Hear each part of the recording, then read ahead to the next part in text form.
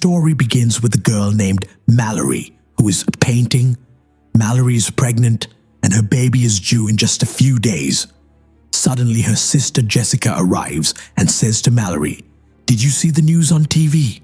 On TV, strange news is being reported." When Mallory watches, she finds out that a disease has broken out in Russia, one that makes people lose control of their minds and forces the infected to take their own lives. The reporter explains that it is still unclear whether this is a disease or a virus. People suddenly lose control when they see something and brutally kill themselves. The news says that this disease has spread to millions of people and is now moving from Russia to other countries. Despite the warning, Mallory ignores the news and goes with Jessica for her pregnancy checkup at the hospital. At the hospital, the doctor gives Mallory good news. The baby is perfectly fine, and she will soon become a mother. Mallory is happy and starts heading home.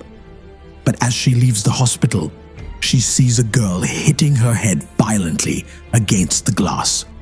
Mallory panics and quickly gets into the car with Jessica. "Mallory, let's go. I think that dangerous virus from Russia has reached here too." Outside, chaos has erupted. People are harming themselves in the streets. Jessica quickly starts the car and speeds toward home, but the situation worsens. Accidents begin to happen everywhere. Mallory is terrified. While driving, Jessica sees something that changes her eye color. She loses control, speeds up, and deliberately crashes into oncoming cars. Mallory tries to stop her, but it's as if someone has taken control of Jessica's mind. Their car crashes into another vehicle, but luckily both survive. Before Mallory can process what happened, she sees her sister Jessica step in front of a truck and give up her life. Terrified, Mallory does not even have time to approach her sister's body. All around, people are panicking, and Mallory joins the fleeing crowd. She is pushed and falls, but a woman comes to help her. Before the woman can lift her, she too sees something and ends up in a burning car, dying like Jessica. At that moment, a man named Tom arrives. He helps Mallory into a nearby house where several other people are already hiding, scared and confused. Everyone asks each other what is happening, but no one knows. They turn on the TV. The news reports that outside, there is something that drives people insane when seen. The virus has now spread worldwide. The infected must stay indoors, close all windows and doors, and not step outside. The people inside quickly secure all windows and cover them with paper, hiding from the monster outside. 3 days pass, but no one understands what is happening. They sit anxiously in the house. Suddenly, someone knocks at the door, a girl begging to be let in. Tom goes to open the door, but Douglas warns him not to, fearing the girl might be infected. Mallory points a gun at Douglas and insists Tom open the door. The girl, Olympia, enters safely. She is also pregnant. When asked how she reached the house while blindfolded, Olympia explains that she ran out of food and had been knocking on every door to reach here.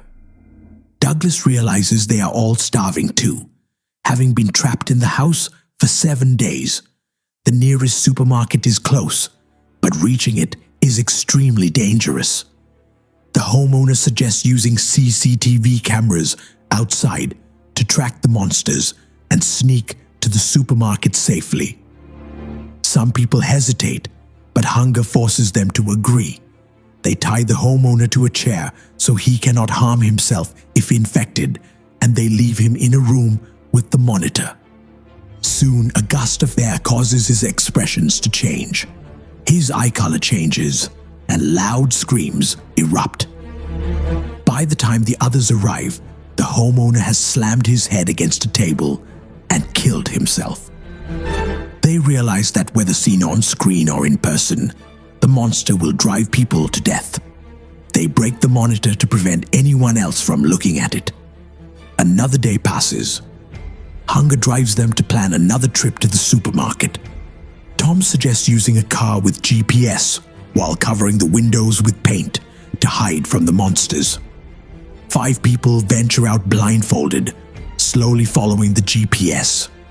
The city is now a wasteland, streets filled with corpses. The car vibrates violently as monsters surround it, but Tom perseveres and they finally reach the store. Inside, they close all windows and remove blindfolds. The store has food and supplies, bringing relief. Mallory and Tom talk and begin to develop feelings for each other. Mallory finds 3 birds in a cage and keeps them. Suddenly, someone knocks at the store door. They hesitate but allow him in. The man seems infected, so Charlie sacrifices himself to push the man outside and save the group. The bird's noise becomes a warning system whenever monsters are near. Gary enters the house, claiming to be safe, but his behavior is suspicious. Douglas does not trust him. Eventually, they discover that Gary is under the monster's control. Mallory and Olympia go into labor. Gary sets up multiple monster images, revealing he is controlled as well. Both women give birth, Olympia to a daughter, Mallory to a son. The birds become crucial for survival. Gary begins attacking, forcing others to remove their blindfolds. Olympia sees outside and dies by her own hands. Gary makes Charla see the monster and she kills herself. Gary approaches Mallory, but she hides her children under a sheet. Douglas arrives with a gun, but Gary pushes him from the upper floor. Tom regains consciousness, grabs a shotgun, and kills Gary. Only Tom, Mallory, and the 2 children survive. 5 years later, Mallory and Tom are together. The children are older, but the threat remains. Outside, infected people still roam, killing the uninfected. Mallory teaches the children survival skills. A radio broadcast from a man named Rick reveals a safe colony accessible via a river. Tom wants to go, but Mallory hesitates. She eventually agrees for survival. They pack, blindfold their eyes, and set off along the river with the birds in a cage. During the journey, they face multiple dangers. Monsters trying to make them look, obstacles in the river, and their supplies falling into the water. Mallory retrieves the children and finds some food along the riverbank, but monsters continue to pursue them, trying to force their blindfolds off. Mallory shoots at anyone attempting to remove her blindfold. After 42 hours of travel, they hear the birds, signaling the colony's direction. Monsters are still close, trying to manipulate them. Mallory falls into a ditch, losing consciousness. The children, tricked by the monster's voice imitating her, begin removing their blindfolds. Mallory wakes up just in time, yells at them to stop, and they continue to follow the bird sounds. Finally, they reach the colony. Their blindfolds are removed safely, revealing a blind school where the monster cannot harm them. Mallory meets Rick, the man who guided them via radio. Birds are released from their cage and safety is at last achieved. And that is where the story ends. If you enjoyed this video, subscribe to our channel and like this video. If you want a second part, comment part 2.